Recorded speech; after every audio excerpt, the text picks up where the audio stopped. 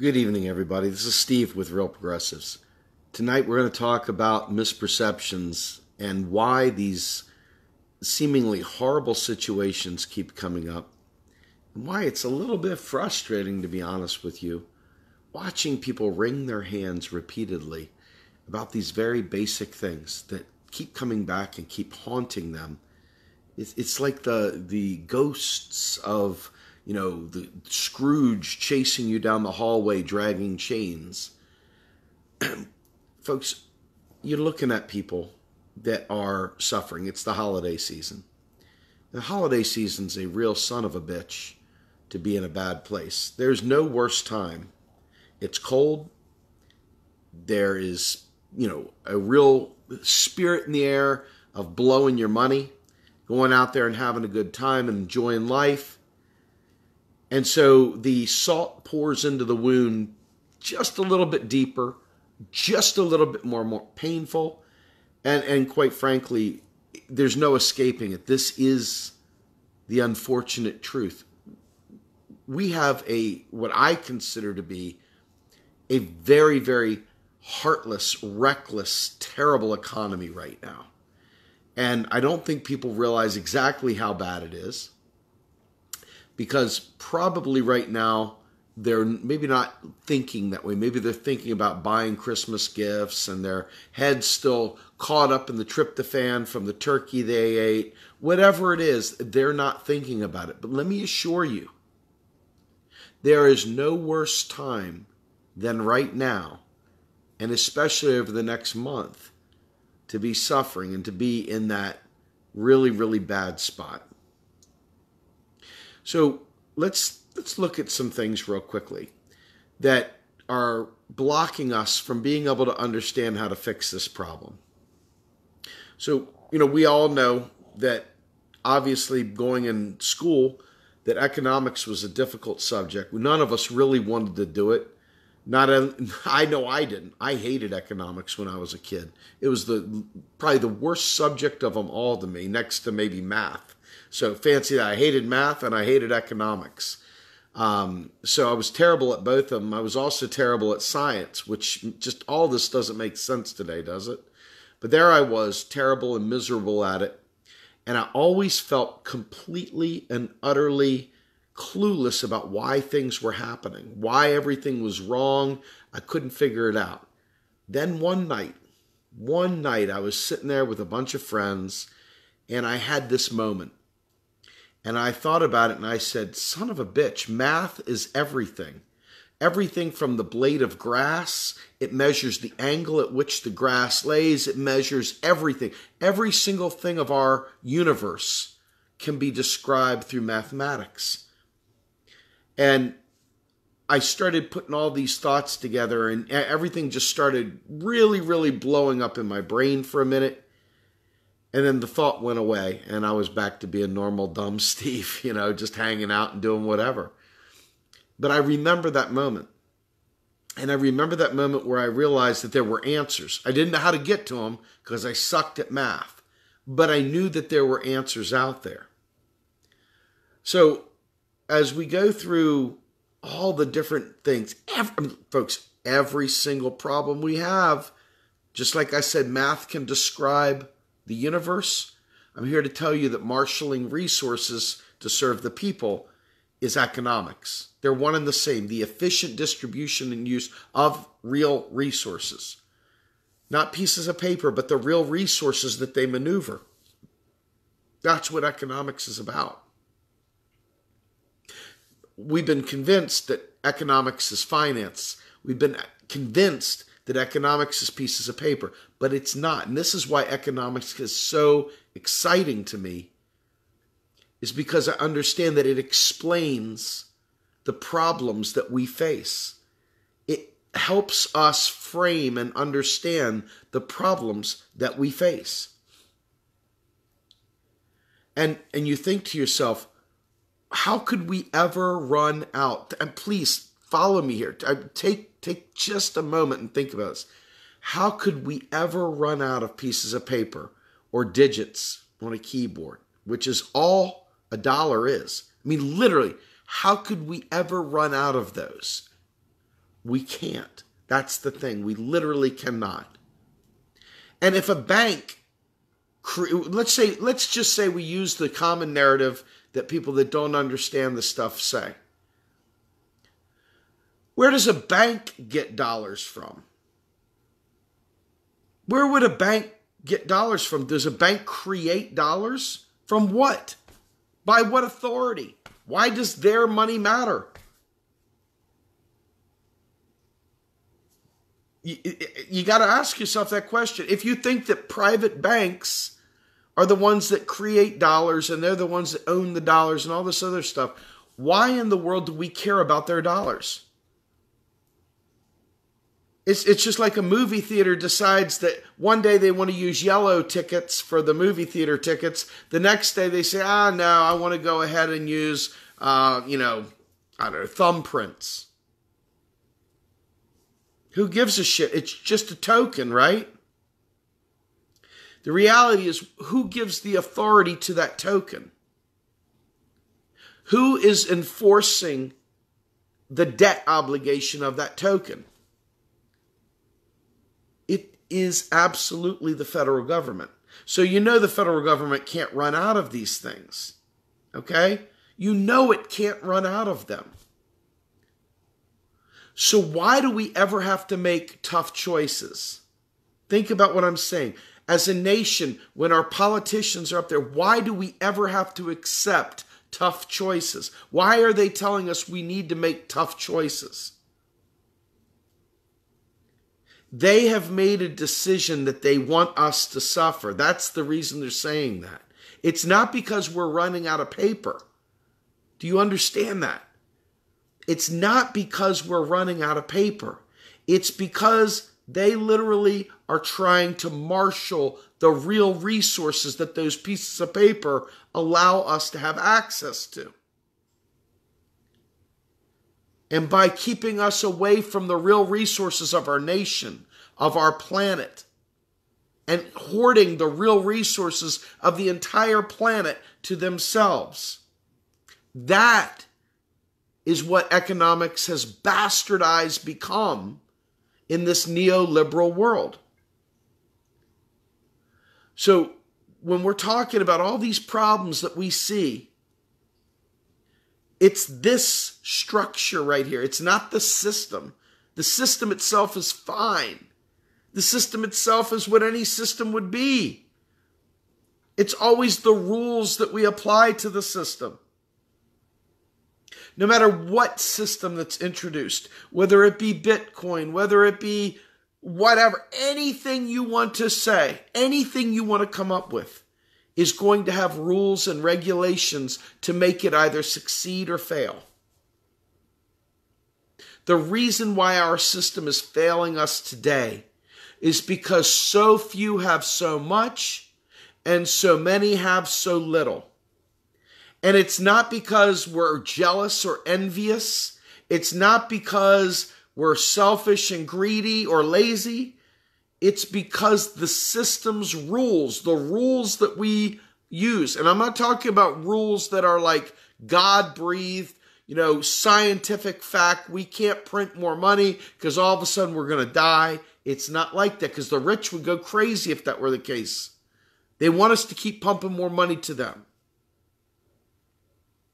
They don't complain about more money. What they complain about is more money going to the people, because they don't want us to have access to those real resources. They want us to have to go to them for those real resources. They don't want us to be able to go directly for those real resources. They want us to be dependent on them for those real resources.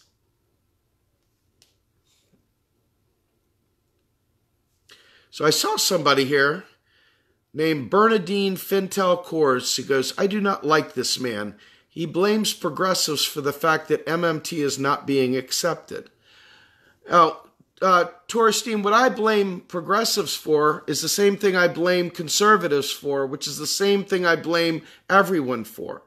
When regular people have been snowed under and lied to forever, what happens is they say really dumb things, because they've been conditioned to say really dumb things. And you don't have to like me, because I probably don't know you.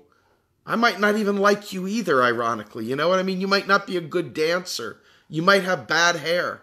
Your breath might stink. I might not like you either. So maybe we're even, right? So let's just stick with the economics. Let's just stick with the economics. I might not like your cologne. Okay, I might not like your Sherpa. All right? Anyway, let's keep going. Thank you for sharing your opinion. So anyway, the fact is that when we look at what we want society to look like, we want a more fair and equal society. The concern is, how do we save lives today? How do we save the planet today when we realize that federal taxes don't actually pay for things? So raising those taxes maybe diminishes their buying power, but only marginally. We're not getting them with a 50% hike in taxes. We'll get them for a percentage here or a percentage there. So it's really not a big change. The real issue is that what is 1% of your total income compared to 1% of their total income? And who's going to feel the pinch, right? I can tell you right now, regular people need a facelift. They really, really need help right now. And the planet, while it will go on in perpetuity, won't sustain life for long if we don't address climate change, understanding economics. There's nothing worse to me than complaining about the environment, talking about all the problems in the world, talking about all the woes of the world, but not understanding the financial solution to fix it. Because anybody can complain, but it takes some serious effort to come up with solutions. And once you understand the economics, it's extremely important that you teach others, because the lies that we've been fed for so long are so pernicious and so pervasive that we're going to watch a lot of people suffer needlessly and a lot of death and destruction go on. And that's completely avoidable. It's completely avoidable. So Dr. Kelton, she said this thing, and I said this in a stream on YouTube the other day. I'm going to say it here. She says, I have no patience for Robin Hood politics, chasing gold coins in a fiat world. So let me translate that for you. She has no patience for people trying to find the money, trying to find it from rich people, trying to find it from other places, trying to cut spending here to spend over here, because that's not how the system works at all. She has no patience for trying to find gold coins in a fiat world. Fiat meaning by decree. In other words, we spend the money into existence. So she has no patience you putting someone's life on hold while you chase a rich person's tax dollars when you could directly fund their initiative right away and save their life. By delaying that and chasing their tax dollars before you save them, you have in effect harmed them. Do you understand what I'm saying? That is a really important cause and effect right there. Now, you can tax the rich because they are too damn rich and they have too much access to real resources. But do not hold the environment hostage, chasing rich people dollars. Do not hold the poor hostage while you chase rich people dollars. Do not hold our health care hostage while you chase rich people dollars. And do not hold our infrastructure hostage while you chase rich people dollars. Do not strap our children with unsustainable student loan debt while you chase after rich people dollars. We solve the pain for the people first. Then we go after the wealthy and tax them appropriately so that they don't have the ability to run game on our resources. This is so simple, but yet it's so difficult because we've been conditioned For as long as I can remember, and I've been around for almost 50 years, my entire life, we have conditioned ourselves to believe that we need to raise taxes or cut spending to be able to afford nice things. Well, there's no way to raise enough taxes and there's no way to cut enough things to be able to, in fact, do the things that we want to do with a Green New Deal. There is no way in the world to do that. None. So what do we do then? What do we do? You've got migrants coming up to America right now that people are petrified of because they're afraid they're going to take their jobs. They're afraid these people are going to take their jobs. They're going to pollute their land. They're going to take their goods and services. And the reality is that it's not those migrants, those refugees we got to be concerned about. It is the rich. It is our own ignorance that prevents us from chasing the economics that solves these problems. In fact, when we look at third world nations that we have destroyed and plundered for their real resources, not to prop up the US dollar, but to get their real resources, it's no wonder we've created caravan after caravan after caravan after caravan after caravan of human blight and destruction of refugees around the world, is it?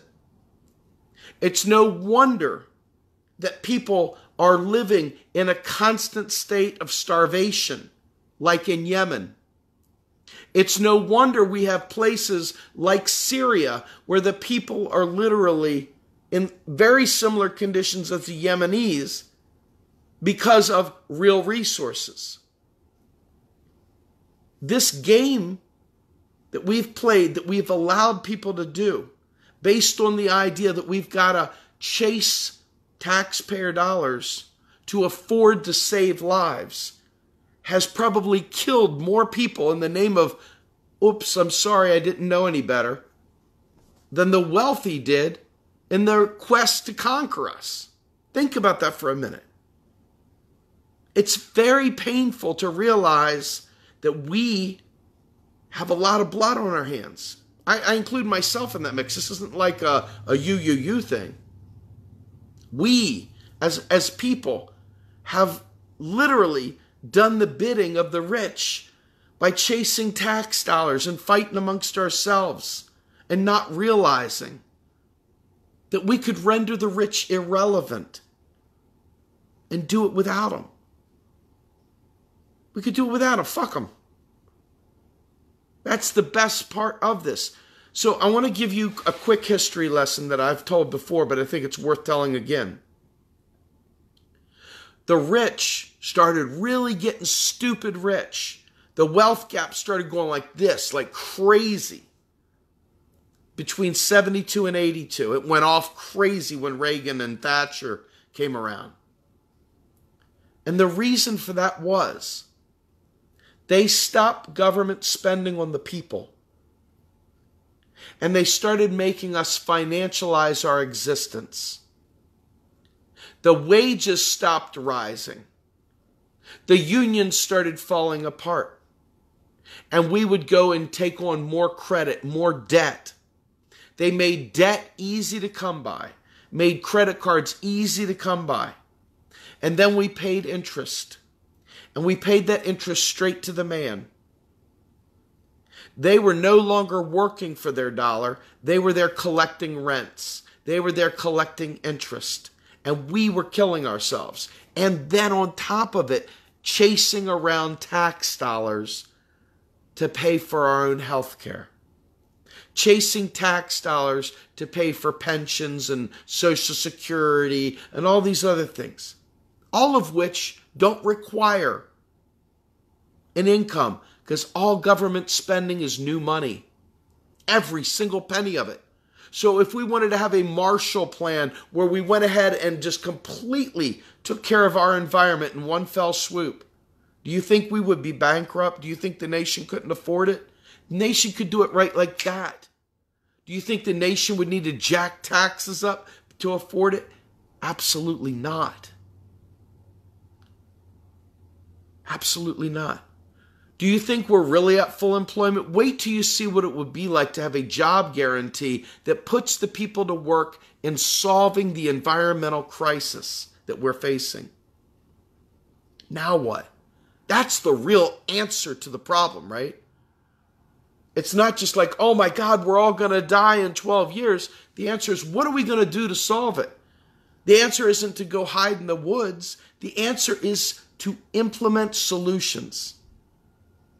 And these solutions are right there for our taking. But we have been blinded with the idea of national debt. We've been blinded with the idea of reducing deficits. We've been blinded with the idea that we've got to eat the rich. We've gotten to eat the rich. But let me ask you, what do you think eats the rich more? Taxing them more? Or taking away the spigot by paying money straight to the people, instead of having them financialize it through them? I'm telling you right now, eating the rich, when you understand economics, means a lot different things to different people. And I can tell you, for me personally, I know that once we cut off the easy credit that we're just soaking in and we're drowning in, student debt-wise, $1.5 trillion, elderly and young children that have never worked before are carrying on their backs unnecessarily. Imagine what we could do if those people were free of the burden of walking out the door with what amounts to be a 30-year mortgage on their back without even having a home. Imagine what we could do with productive people that want to serve their communities. Do you think we might have a few more teachers in the world? Do you think we might have a few more services in our local community? I'm going to tell you something else too. My son, who has autism, probably a direct result of these climate issues and other things, there's a 6-month waiting list just to get the services he needs. And then there's no guarantee at 6 months that I'll get him then. And then he'll have to be reevaluated for another 6 months and go completely without services. There is a complete dearth of special needs caregivers right now and trained professionals that can help with autism.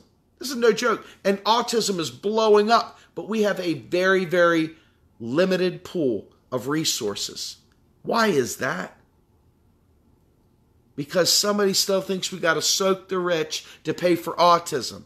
And guess who suffers while you're chasing tax dollars in a fiat world? Yeah, the kids with autism. That's right. It's not the rich. It's the kids with autism that are suffering for that. It's very important that we stop just talking about the problem and we start identifying that we can afford to do this. When they ask you how you pay for it, it doesn't matter. You say, how do they pay for every war? We're going to pay for it the same way that we pay for every war. That's how we're going to pay for it. You don't even need to be an economist here.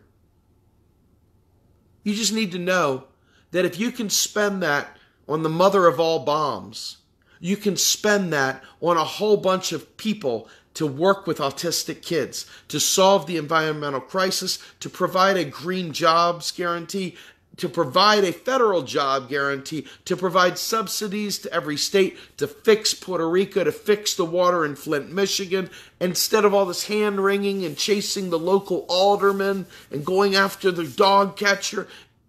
Pay the money and fix it right and push these people out of the way and make them irrelevant. People shouldn't suffer. Well, it's going to take about 10 years for us to prosecute this case. But once we do, we'll get their tax dollars, we'll get their fines and fees and penalties, and then we'll fix you guys in about 20 years. If they don't continue the case on and on and on. Freaking deal with it now. Stop chasing gold in a fiat world. Stop acting like you've got to wring your hands of, how do we do this? I have no idea. Oh my God, the dollar's going to collapse. I was watching some show on some silly right-wing station that talked about the imminent demise of the dollar. And I heard somebody else over here talking about the petrodollar. And it got me all weirded out. And now I don't know what to do. Stop. That's noise. That's garbage. The people that purvey it are pushing garbage. And they need to be put to the sideline because they're peddling garbage. And they're by accident or purpose or whatever. Nonetheless, they are hurting people, pushing nonsense.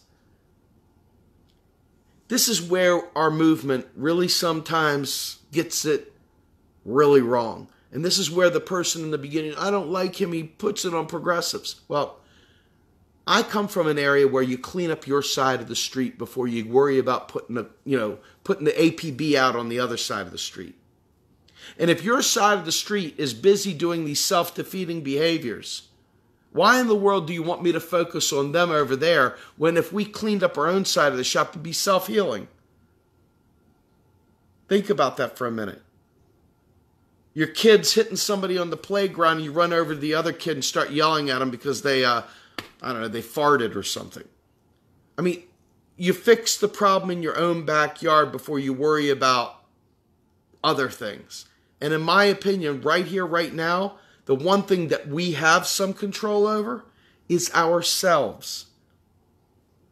And if we, the people that claim to want a Green New Deal, the people that claim to want to end wars for oil, the people that claim they want to be able to take care of these refugees, that want immigration policies that respect all humanity, okay, that want to take care of the environment, would pay awful close attention to the economics that makes those things get fixed.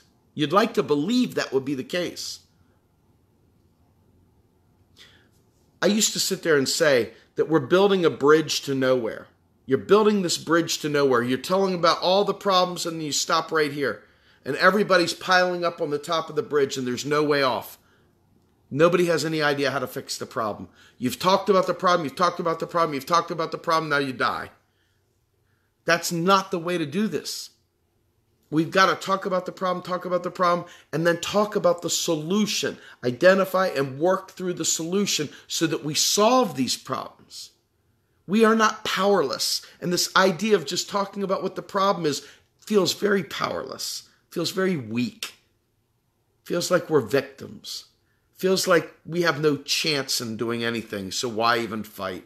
It's all rigged. It's all hopeless. We can't do anything. I'm here to tell you we can. We're strong, we're powerful, and that we can do good things. We can do great things. And that's why I keep railing on this. There's so many people out there over the years that have just spent day after day after day pointing out all the problems. They haven't spent any time pointing out the solutions. And it gets frustrating, doesn't it?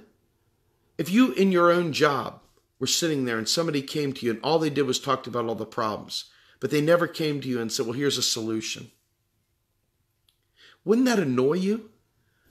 Well, I look at it like this. This is a solution that is so simple.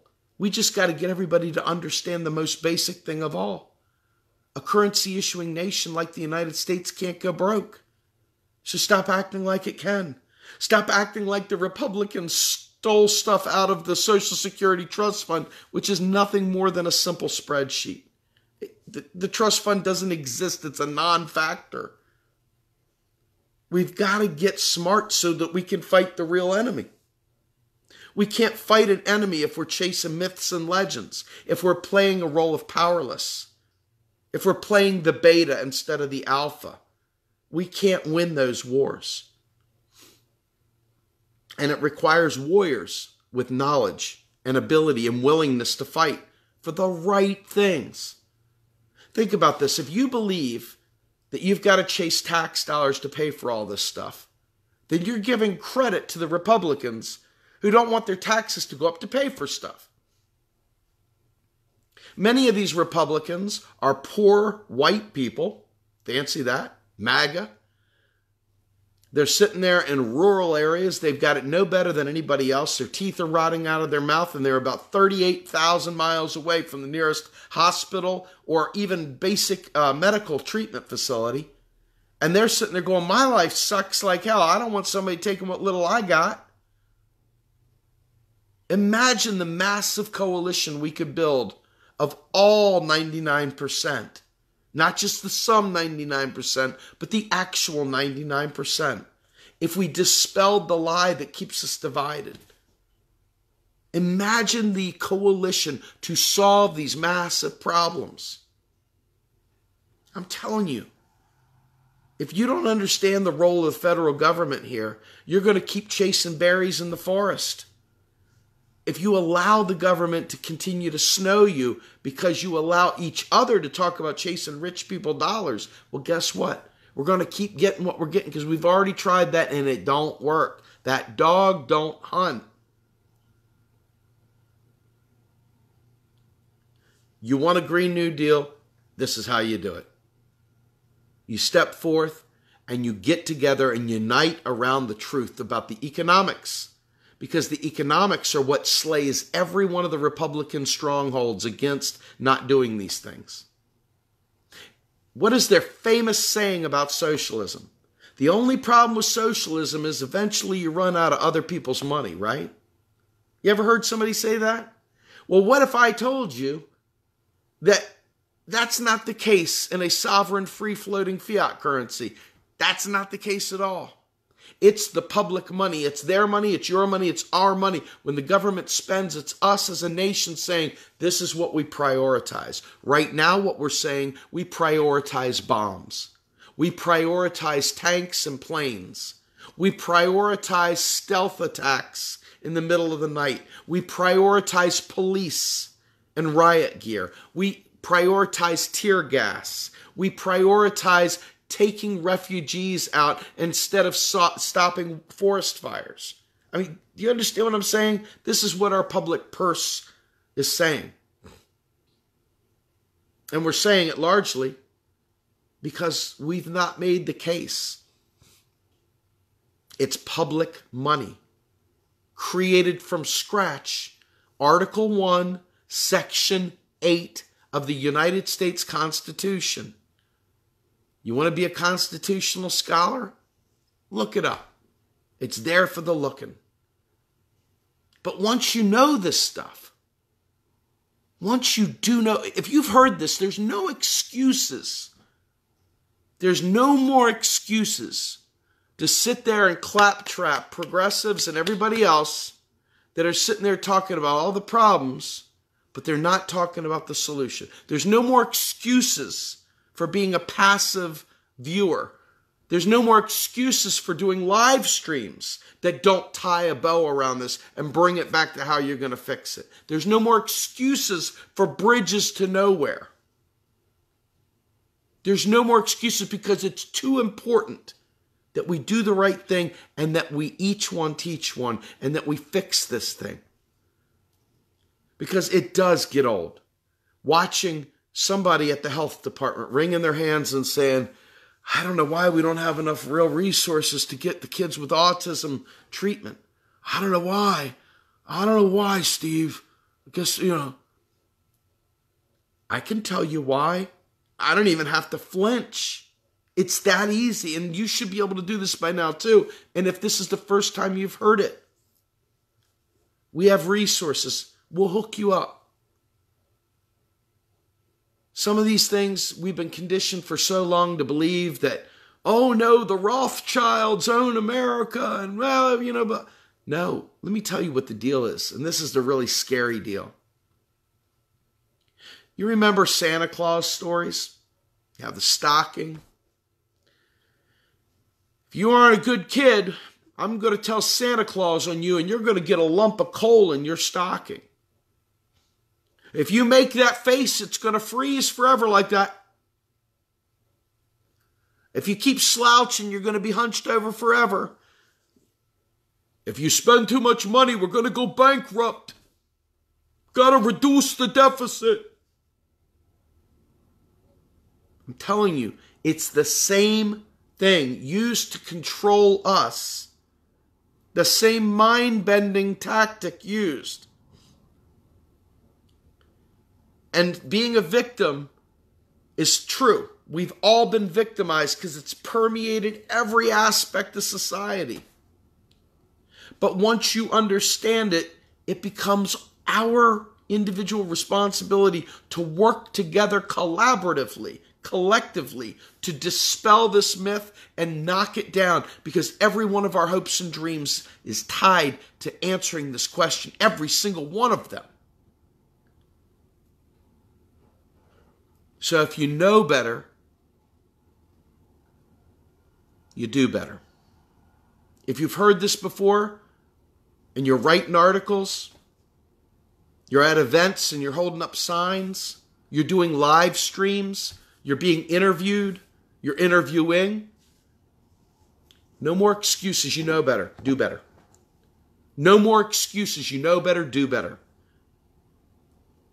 You start talking about your favorite politician, the first thing out of your mouth should be, does this guy know that we don't have to jack taxes up? Did you know Medicare for All is going to require, to do it properly, because of all the efficiencies it brings?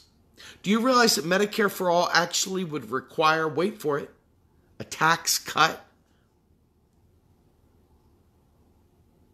It's deflation. I'm telling you right now, the deflationary bias of the efficiency. Chaos is economic activity. Okay? So every time we become more efficient, we eliminate economic activity. And every time we eliminate economic activity, people on the outside are hurt by it. So the question becomes, wow, what happens in this perverse paradox of efficiency? We're more efficient. Now what do we do? Well, in this case, what we do is instead of finding a way to pay for Medicare for all, we reduce taxes, and we do it. Just the facts. It's just the facts.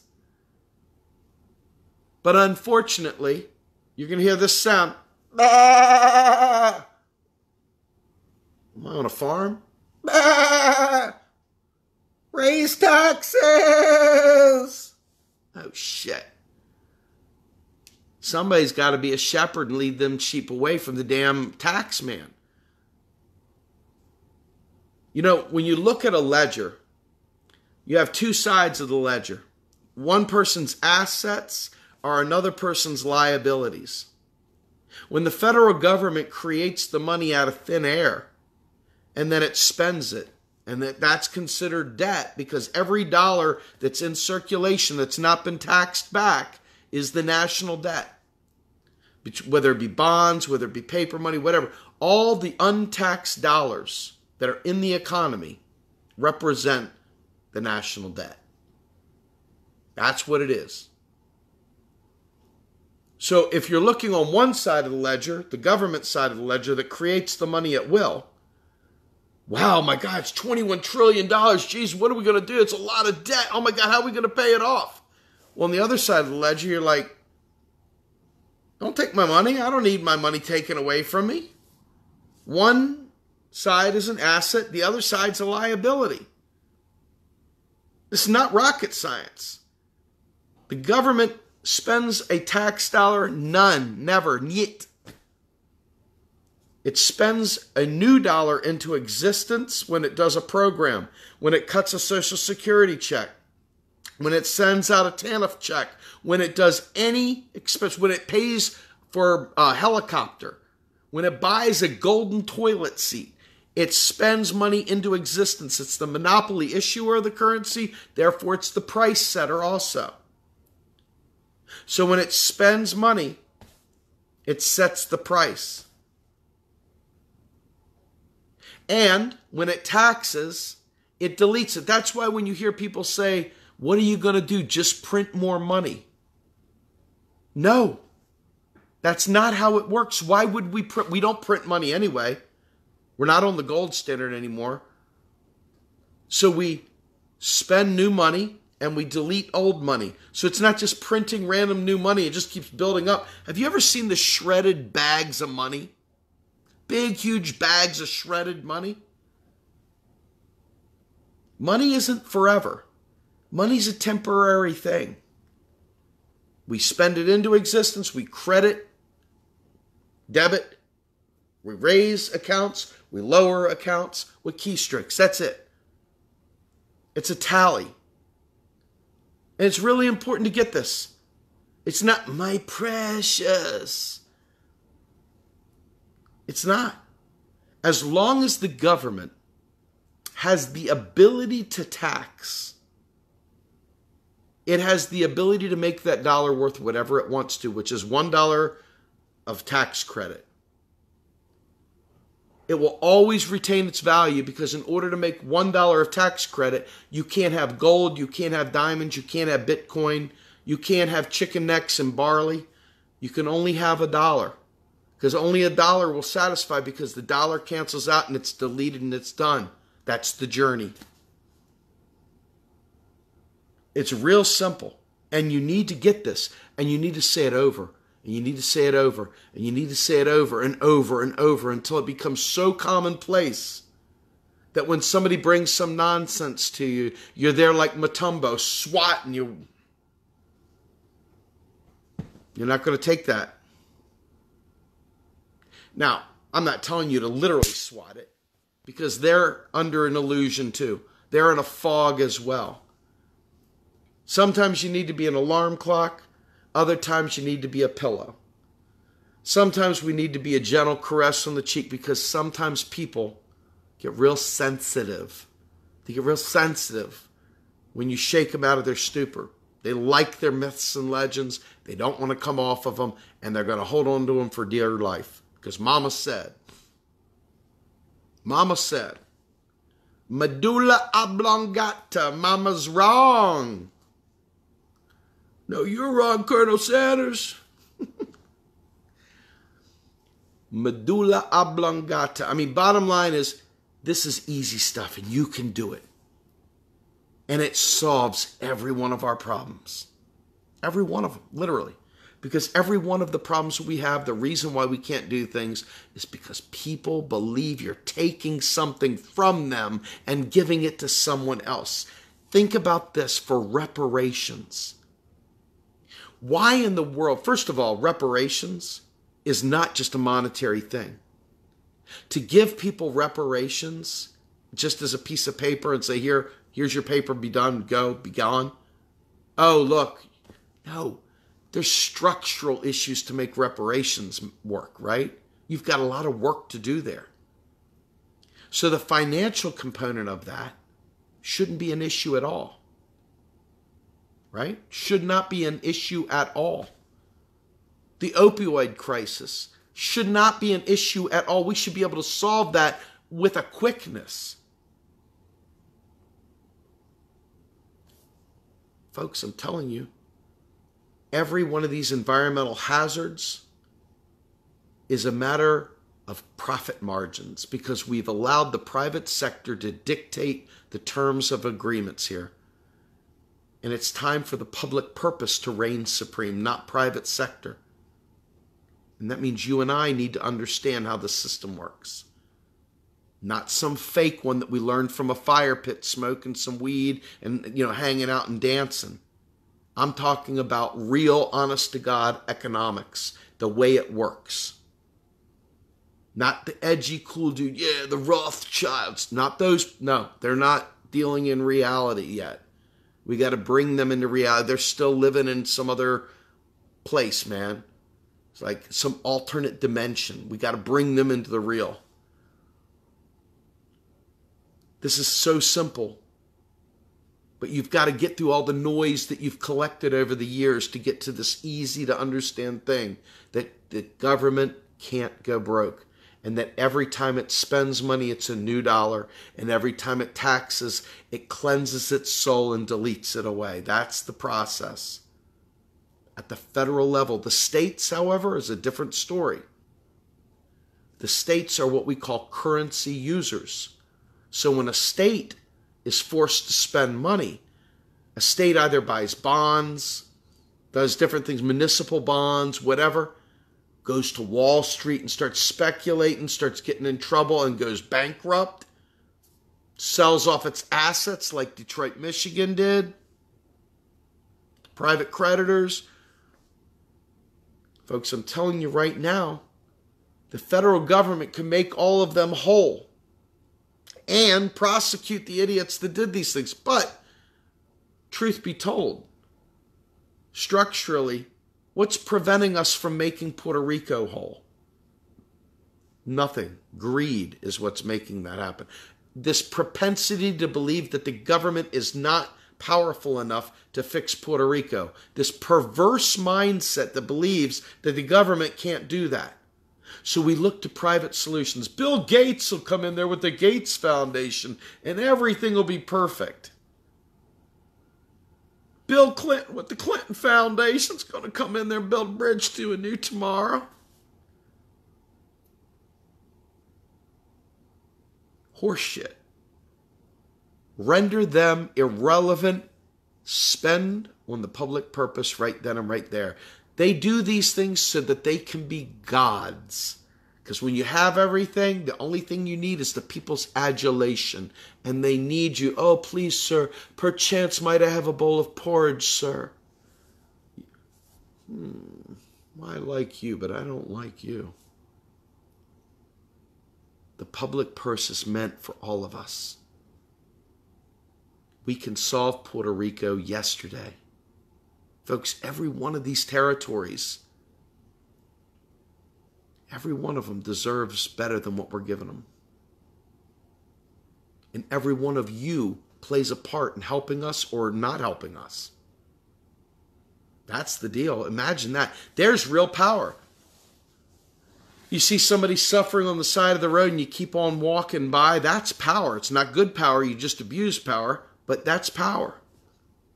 In this case, you've got the power to say no, folks, and start telling people.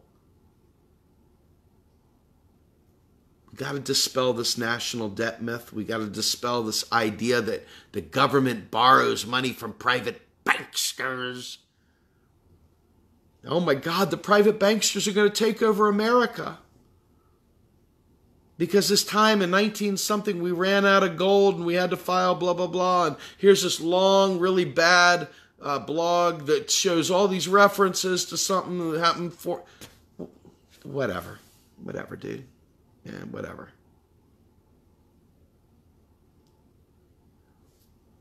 We're going to have more crises hit. The only ones that knew about the collapse, the only ones that really got it right, were the modern monetary theory people. They used the sectoral balances approach, which looks at both private sector debt, public sector debt, and the rest of the world, which is in essence the trade surplus or deficit. And let's look at the United States through this lens for a minute. The United States is and will be a net importing nation forever. It's not a big deal at all. We don't need foreign dollars. We can buy anything we need with US dollars. No joke. And whether we're the world's reserve currency or not, it doesn't matter. Japan has 250% debt to GDP. Please never say anything about the world reserve currency again. I beg of thee. It's a convenience. Everybody else has to go through the exchanges. If we somehow or another were no longer the world reserve currency, which is not going to happen, but let's say we weren't, and we'd have to go through the exchanges too. And it would make imports and exports cost a little bit more. But guess what we could do very easily if we wanted to? If you want access to the United States markets, you've got to deal in US dollars. So you don't get to do business in the US if that's your case. Who doesn't want access to 350 million people? Give me a freaking break. Stop the fear porn. This stuff's easy. It really is. The hard part is deprogramming the nonsense you've been filled with and repopulating it with the truth. And that's where we're at right now. So when you see people right now supporting candidates, and they're not asking the question about how you're going to pay for it, and they're not asking these questions, be very leery of them. Be very leery of those candidates as well. We don't want to keep putting people in office that don't understand economics. We need to solve this problem very, very badly. And it's up to us. So with that, I hope you guys learned something. I hope that this was useful to you. I hope the time was well spent. I hope you feel like you got something out of this. I'm going to do these things all the time. I'm never going to stop because there's always somebody new that comes to the broadcast that's never heard this stuff. There's always somebody new that listens to the replay. There's always somebody that hears something a little bit differently each time because I don't think I say it the same way every time. I kind of try to change things up a little bit. The idea here is that I'm going to keep doing it because it requires repetition to deprogram the nonsense that has been filling our heads for the last 40 years, 50 years. It's up to us. Not me, us. It's in our hands, all that good stuff. It really is. Hashtag LearnMMT. If you go out there and search hashtag LearnMMT, you will find treasure troves of links, treasure troves of videos. You will find a massive stuff. If you go to Real Progressives on YouTube, our channel is filled with stuff. If you go to Deficit Owls, their channel is filled with short videos that will help you learn these things. If you go to our page itself, you go to our group. Folks, if you're not in the group, Modern Monetary Theory for Real Progressives, you're missing out. There's a lot of experts in there. There's a lot of really good information in there. And it's a place where you can watch the funny posts that come through. They're only funny because they're wrong. And then we marshal people out there so that we can help clear the air, so we can give them resources so they stop saying silly things. Because we do have to do an each one teach one strategy. That's another thing you can look up. Hashtag each one teach one. If you look that up, you'll find a plethora of resources out there. All right. Folks, thank you very much for your time. I will talk to you all soon. Have a great night, everybody. I'm out. Steve Grumbine with Real Progressives. Have a nice night, everybody.